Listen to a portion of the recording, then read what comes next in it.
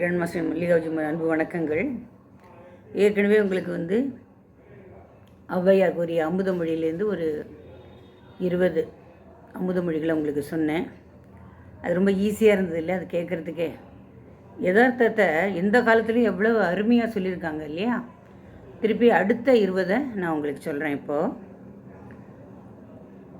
மோகித்தால் முறைமை கெடும், மோகித்தால் முறைமை கெடும், முறையற்ற உறவும் கெடும், முறையற்ற உறவும் கெடும், அச்சத்தால் வீரம் கெடும், அச்சத்தால் வீரம் கெடும், அறியாமையால் முடிவு கெடும், அறியாமையால் முடிவு கெடும், உழவாத நிலமும் கெடும், உழைக்காத உடலும் கெடும், இறைக்காத கிணறும் கெடும், இயற்கையை அழிக்கும் நாடும் கெடும், இல்லா வம்சம் கெடும், இரக்கமில்லா மனிதம் கெடும், தோகையினால் துறவு கெடும், துணையில்லா வாழ்வு கெடும், ஓய்வில்லா முதுமை கெடும், ஒழுக்கமில்லா பெண்டீர் கெடும், அளவில்லா ஆசை கெடும், அச்சப்படும் கோழை கெடும், இலக்கில்லா பயணம் கெடும், இச்சையினால் உள்ளம் கெடும், உண்மையில்லா காதல் கெடும், உணர்வில்லா இனமும் கெடும். இதுதான் அந்த அடுத்த 20 அமுத மொழிகள் ஔவையாரது. இப்போ என்ன சொன்னேன்? மோகித்தால் முறைமை கெடும்.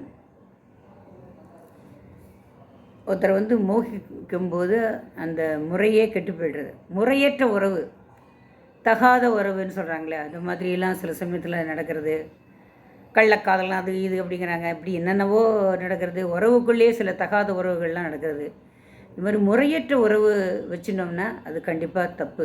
உறவும் கெடும், அச்சத்தால் வீரம் கெடும். அப்படின்னா சும்மா எல்லாத்துக்கும் பயந்துட்டே இருந்தால் நம்மளுடைய வீரமே கெட்டு போய்டுறது. நம்ம எவ்வளோ வீரமாக இருந்தாலும் அவள் அதை இது பண்ணுவாள், அவள் அதை நினச்சிப்பாளோ அப்படின்லாம் சொல்லி ஒன்றொன்றுக்கும் ஒரு பயந்தோம்னா அச்சத்தால் வீரம் கெடும், அறியாமையால் முடிவு கெடும்.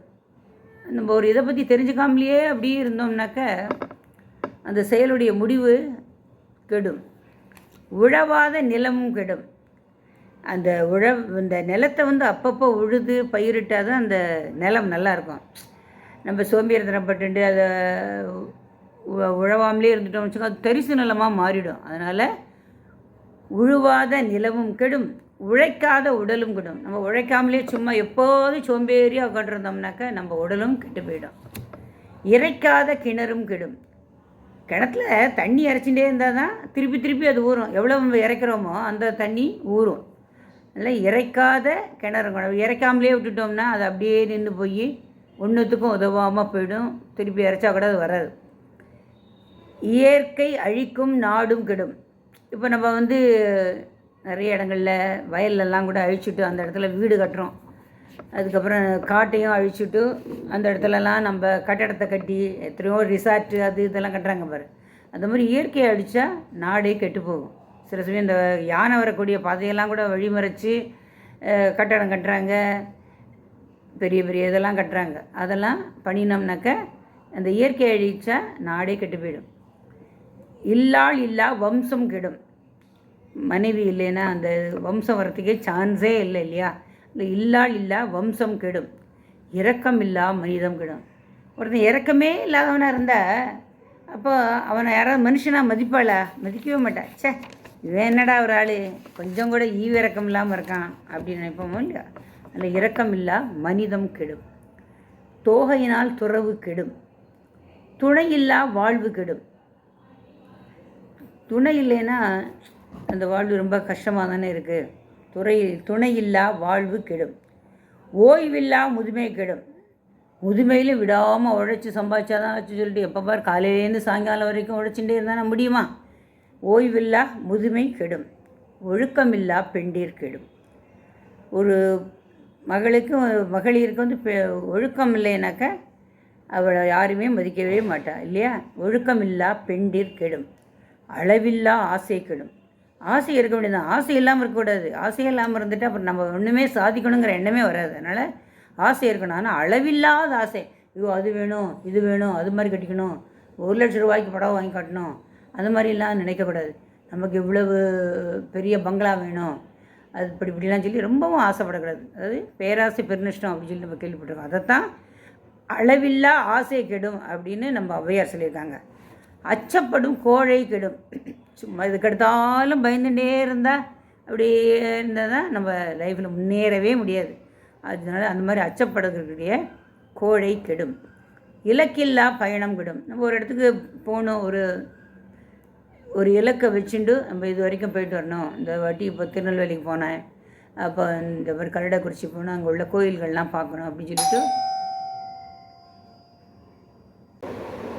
கல்லடைக்குறிச்சியில் பக்கத்தில் உள்ள கோயிலெலாம் பார்க்கணும் அப்படின்னு போனால், அதே மாதிரி திருப்படை மருதூர், அப்புறம் பக்கத்தில் உள்ள அம்மையப்பர் கோயில், அப்புறம் ஆதிவராகமூர்த்தி கோயில் எல்லாத்துக்குமே போனோம். அதே சமயம் அண்ணாவோட பிறந்தநாள் விழாவிலையும் கலந்து கொண்டோம். அப்போ எந்த ஒரு பயணம் செல்கிறதா இருந்தாலும் ஒரு இலக்கோடு பயணம் செய்யணும் அப்படின்னு தான் நம்ம ஔவையார் சொல்லியிருக்காங்க. இச்சையினால் உள்ளம் கெடும் அப்படின்னு சொல்லியிருக்காங்க. இச்சைனா சலனம் அப்படின்னு சொல்லலாம். இந்த மாதிரி எதையா பார்த்தோன்னே நமக்கு ஒரு ஆசை வருது, ஐயோ இந்த பொருளை வாங்கினா நல்லா இருக்குமே அப்படிலாம் ஒரு எண்ணங்கள் வருது. இல்லை வேறு யாரையாவது பார்த்தா நமக்கு அப்பா மேலே ஒரு ஆசை வருது. அந்த மாதிரியான ஆசைப்படுறது நம்ம உள்ளமே கெட்டு போயிடும். உண்மையில்லா காதல் கெடும். ஒருத்தரை உண்மையாக நேசித்தோம்னா அந்த காதல் கண்டிப்பாக ஜெயிக்கும். ஆனால் அந்த உண்மையான காதல் இல்லைன்னா அது கண்டிப்பாக தோற்று தான் போகும். அப்புறம் உணர்வில்லாத இனமும் கெடும். எந்த இதுவும் இல்லை, ஏதோ நம்ம பாட்டுக்கு ஏதோ இருந்தோம் போனோம் வந்தோம் அப்படின்றத அந்த இனமும் கெட்டு போயிடும். அதனால தான் உணர்வில்லா இனமும் கெடும்னு நம்ம ஔவையார் சொல்லியிருக்கார். இன்னும் நிறைய சொல்லியிருக்காங்க. இது வரைக்கும் உள்ளதை நான் உங்களுக்கு தெரிவிச்சிருக்கேன். அடுத்த வீடியோவில் அடுத்த ஔவையாரின் அமுத மொழிகளை உங்களுக்கு சொல்கிறேன். வணக்கம்.